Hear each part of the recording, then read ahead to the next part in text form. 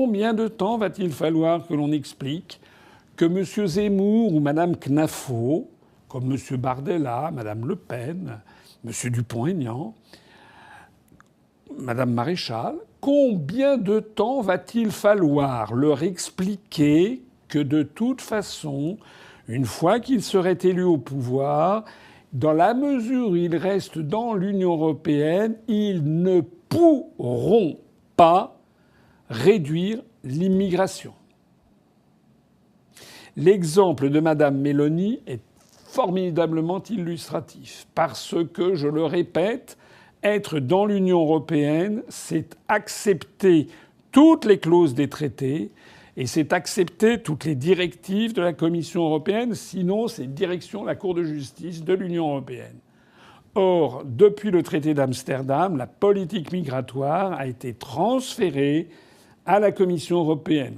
Et la politique de la Commission européenne est de faire entrer tous les ans 4 millions de migrants nouveaux par an dans l'espace Schengen. Et d'après les articles 67, 77 et 78 du traité sur le fonctionnement de l'Union européenne, allez voir nos tracts, allez voir, je m'égosille à dire ça depuis des années, eh bien, ensuite, il n'y a aucun contrôle aux frontières à l'intérieur de cet espace. L'Union européenne assure l'absence de contrôle aux frontières. C'est extraordinaire, c'est la formulation de l'article 67. L'Union européenne assure l'absence de contrôle aux frontières à l'intérieur de l'Union européenne. Voilà. Alors, je ne sais pas ce qu'il faut que je dise voilà, je ne sais pas. N'est-ce pas ? Ça vaut aussi pour Mélenchon, ce que je dis d'ailleurs, ou pour l'extrême gauche, qui ne veulent pas sortir non plus de tout ça.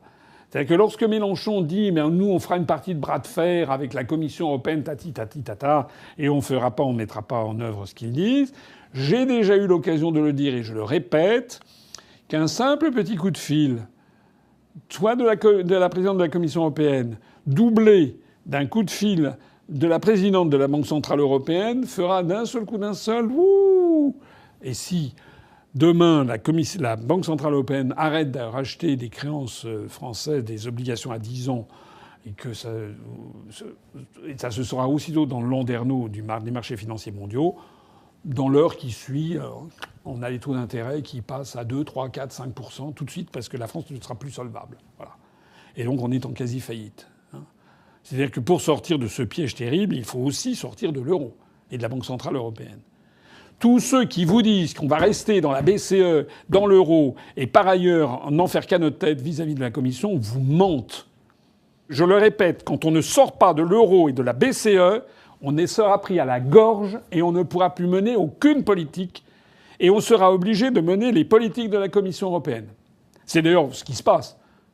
Qu'est-ce qui se passe ? C'est que justement la France est obligée de passer par ces fourches caudines parce que nous sommes pris à la gorge.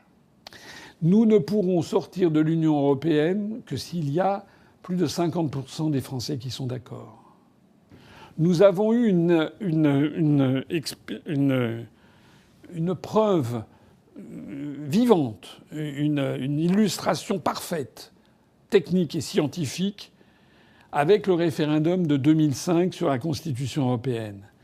Les 55% de Français qui ont voté non, qui ont fait que nous n'avons pas eu la Constitution européenne, les 55% de Français, il y en avait en gros 30%, 30 des 55, qui venaient de la droite, du RPR, enfin de la partie et du Front National, et il y en avait 25 des 55 qui venaient du Parti communiste et de la gauche et du Parti socialiste version Fabius. Voilà. C'est-à-dire à peu près moitié, pas tout à fait, mais un peu moitié-moitié, électorat de droite, électorat de gauche. Donc je l'ai dit et je le redis, c'est la quintessence même de l'existence de l'UPR. C'est exactement ce que nous enseigne toute l'histoire de France. C'est la leçon historique fondamentale du Conseil national de la résistance de 1943-44. C'est que pour libérer la patrie, on a besoin d'avoir un concours des Français de tous les horizons, et notamment de la droite, de l'extrême droite, de la gauche et de l'extrême gauche. Et si on n'a pas ça, on n'y arrivera pas. C'est la raison pour laquelle, depuis 2005, l'oligarchie a pris très peur de référendum, ne veut plus en organiser. Il n'y en a plus d'organisés depuis 20 ans en France. On n'a jamais vu ça.